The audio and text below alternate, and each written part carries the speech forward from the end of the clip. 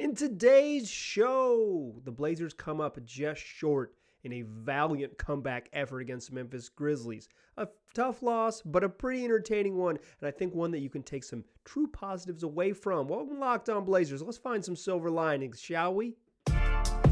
You are Locked On Trailblazers, your daily Portland Trailblazers podcast. Part of the Locked On Podcast Network, your team every day.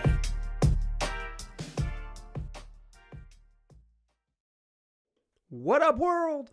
It's your past first point guard and Trailblazers reporter, Mike Richmond. You're listening to another episode of Locked On Blazers, part of the Locked On Podcast Network, available wherever you get podcasts and also on YouTube. Thanks for making the show your first listen every single day. Free on all platforms, 5 days a week, coming at you every single weekday, the only daily Trailblazers podcast, so make it a part of your daily routine and make it your first listen every single day. It's Locked On Blazers, your first team every day. Today's show, we're talking about the Blazers' loss to the Memphis Grizzlies. They played pretty well when it looked like that things were going to head south on them. We'll talk about that game, their comeback attempt in the fourth quarter that came up just short. I want to talk about what we know about this team 7 games in. They've wrapped up a homestand. They've wrapped up the first chunk of their schedule and a homestand. They're 5-2. They're heading out on the road for 6 games in 9 days away from Portland, and we will look ahead to that road trip to close the show. But first, let's do what we do. The fastest recap in the West. The Blazers lose 111-106 to the Memphis Grizzlies at the Moda Center. They were down early, 30-23 after one, but they hung in the game. Down 52-45 at halftime. Yusuf Nurkic, 15 points in the first half. He was excellent. Kept the Blazers in it. And in it they remained down 78-72 after 3, just a 6-point game heading into the fourth quarter. Then things got a little gnarly. Memphis hit threes on their first 3 possessions. Blazers went scoreless, and all of a sudden, a 6-point lead swelled to 15 in about 90 seconds. It went up to, it got as high as 17 with 8:50 left in this game. The Blazers were down 94-77, and it looked like that was that. No Damian Lillard in this game. The offense hadn't been clicking. They hadn't gotten there, and it was like, you know what? They were in it for 3 quarters. Things are going to slip away, but not so fast.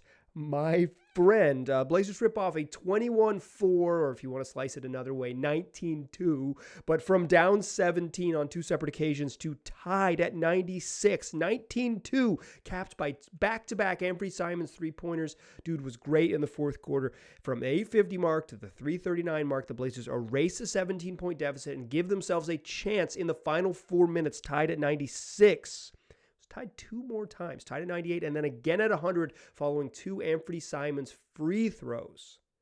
But Desmond Bane hit a runner. Simons missed a mid-range pull-up from the right elbow. Desmond Bane split a pair of free throws. The Blazers down 3 and hustling with a chance.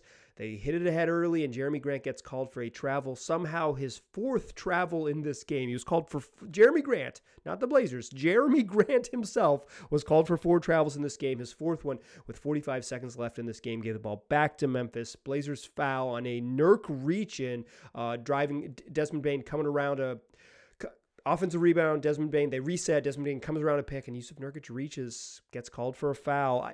From my vantage point, it was certainly a foul, although I think some people really wanted the Blazers a challenge, and it's reasonable to do so. Desmond Bane hits 5. He hits 2 free throws, and a 3-point lead becomes 5 with 40 seconds left, and the Blazers turn the ball over coming out of a timeout, and that was that. That's how you lose 111-106. That's your fastest recap in the West. Some impressive performances tonight. For my money, the most impressive performance of the night goes to Anthony Simons. That don't impress me much. And look, I know that Shania Twain is not impressed. I get it. Shania Twain's not impressed that Anthony Simons finished with 31 points and 8 assists, and that he had 14 points and 3 assists in the fourth quarter alone to bring the Blazers back. Shania Twain doesn't care about that. She does not care about that. It would have been Nurk. Like, this was going to be Nurk through 3 quarters. He went scoreless in the fourth, though.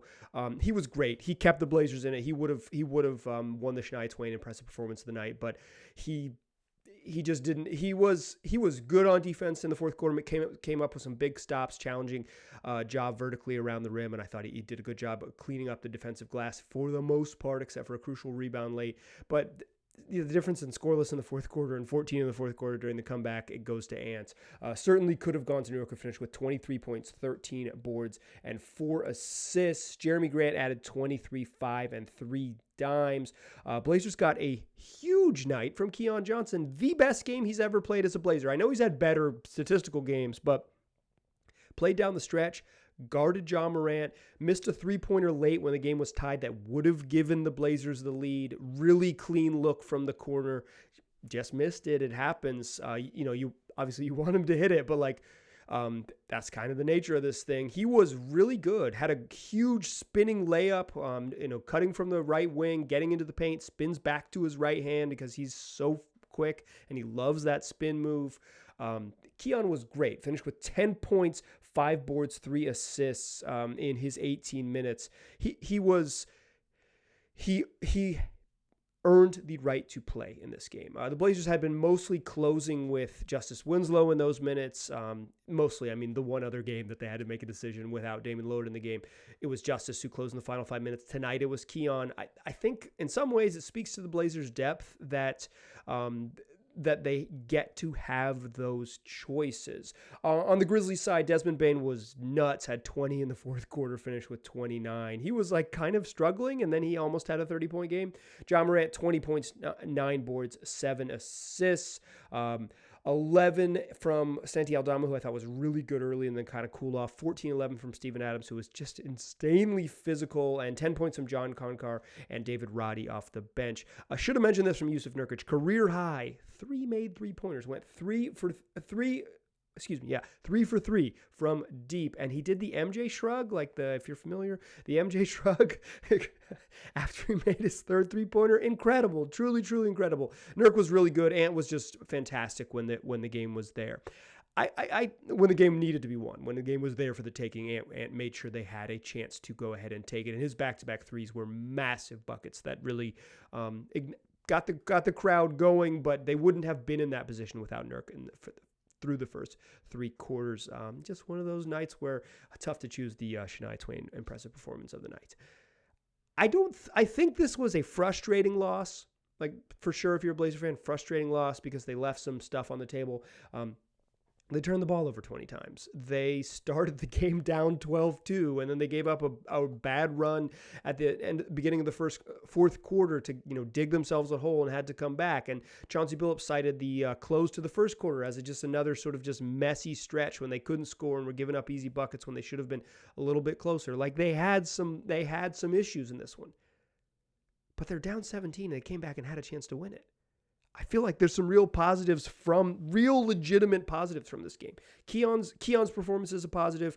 Doing this against the Grizzlies, who had lost 2 in a row to Utah and really needed a win, they doing this without Damian Lillard, the way that their offense looked through 3 quarters and then finding it, getting it going, and getting once Ant has just had these runs this year where he gets on a heater and he's really good, and he got on a heater in the fourth quarter and was really good. I think it would be better to be 6-1. I'm not confused about how this works, right?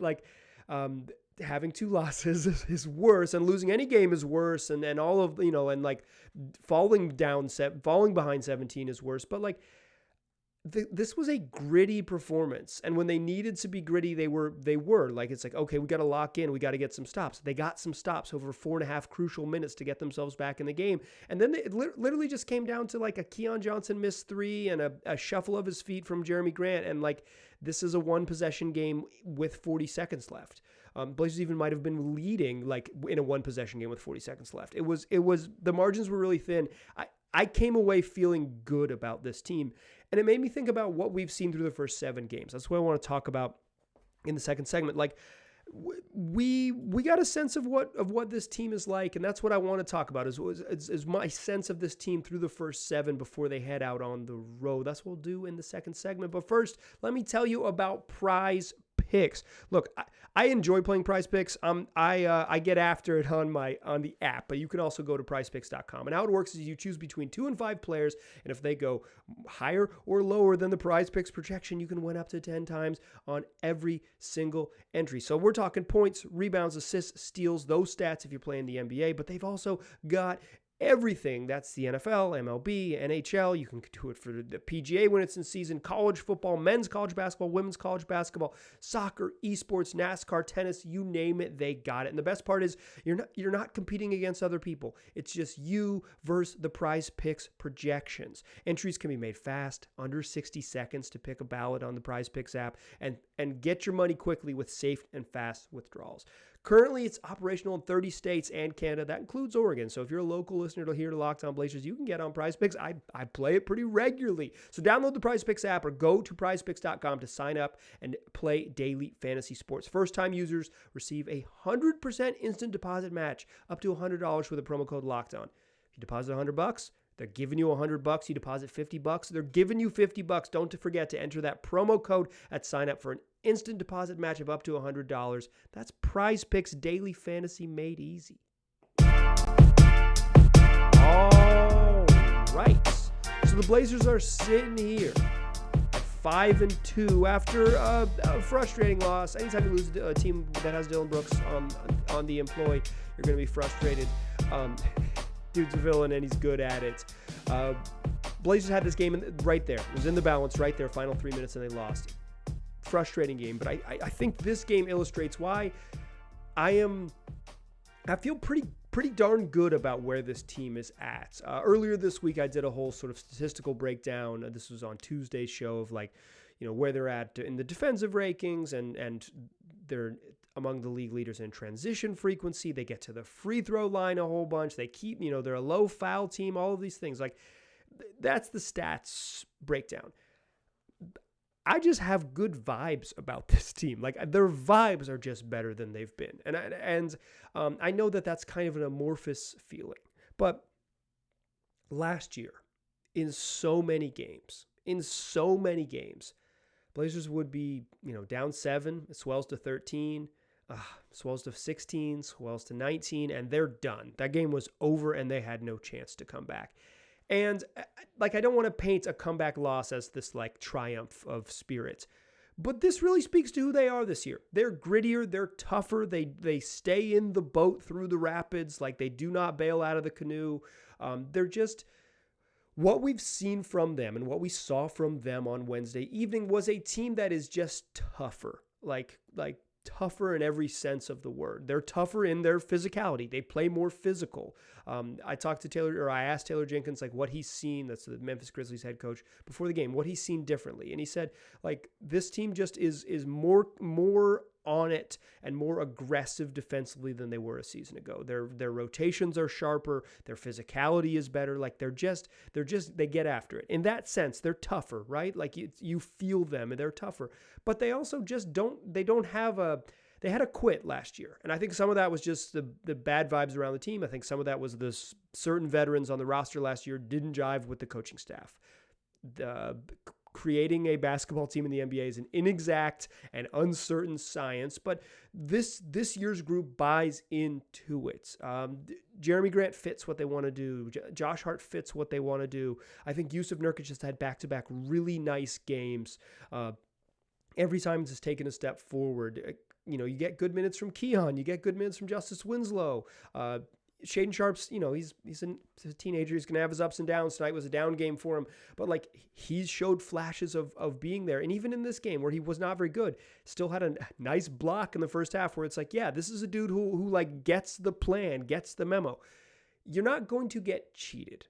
If you watch this Blazers team, they are not going to, they are just going to play hard enough that they're going to be in games. And to be in games, to, handle the Rockets without Damian Lillard. Obviously, that game was close in the final 4 minutes. They had to go win it. But They handled them. They never fell behind in that game and had to scramble back. They didn't give the Rockets life. Sure, it was a 4-point game with 6 minutes left, but like they made sure that it was not in the balance in the final, minute there. When they needed to make plays, they went ahead and made them. And then against the Grizzlies, crawling back from down 17 without Damian Lillard, it was really, really, really showed me something. Really made me think like, you know what? This team is so much different than they were a year ago. This is just obviously the roster is pretty different, right? But it just, everything about this team is just different. You are as a viewer, if you tune in every night, you are going to see a team that is going to keep themselves in it because they do the right things. Through the first 3 quarters, the Blazers offense was bad. Like it was not good. Nurk kept them afloat by hitting some 3-pointers, but like they didn't have it. By that point, Jeremy Grant had already been called for 3 travels. Avery Simons was, he had 11 through, he had 17. He had a nice third, but like he was not as hot as he can be and was not efficient from the field until he really got going in the first quarter. Like this wasn't the night that they were special on offense. And they've had some stinkers on offense already this year where it's just like moments as opposed to games, but they're still like a pretty darn good offensive team because they shoot free throws and get out and run. But like there's moments when you just see their half-court offenses struggles a little bit. But they aren't going to cheat themselves or cheat you, the viewer, just by like, the offense isn't there, we're out, Oh, we gave up 3 threes in the opening minute of the fourth quarter. We're out. Like, gotta go.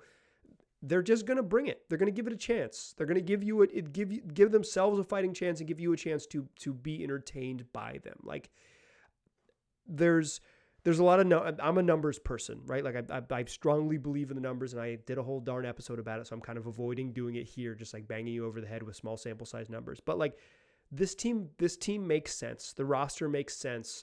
I think they're a little shallow talent-wise, but being able to put Keon Johnson in the mix as your other 2 guard and close games with another really good athlete who gets after and competes defensively, replacing Justice Winslow in that closing lineup, who's a good athlete and competes and gets after it defensively, who are both playing ahead of Gary Payton II, who's injured and is a good athlete who gets after it defensively. Like, the roster just makes sense. It just makes sense. They got options, and they got the right type of spirit. Like, they play with the right type of spirit. They absolutely do. Like, they have not always been tough. They have not always been, the previous iterations haven't been tough. And I don't mean physical when I say that. I mean, like, okay, we're in trouble. Let's give ourselves a fighting chance, the fighting spirit, to quote a beer commercial with a certain point guard from Oakland. He never would have made the varsity team. But like, before, the toughness emanated from Dame, right? He was the guy who inflated the balloon, right? Like, it was like he was going to be, he was going to say, come on, get on my back, let's go. And that's the guy who would bring them back. He was it. And if it wasn't Dame, it really was like he had to jumpstart him.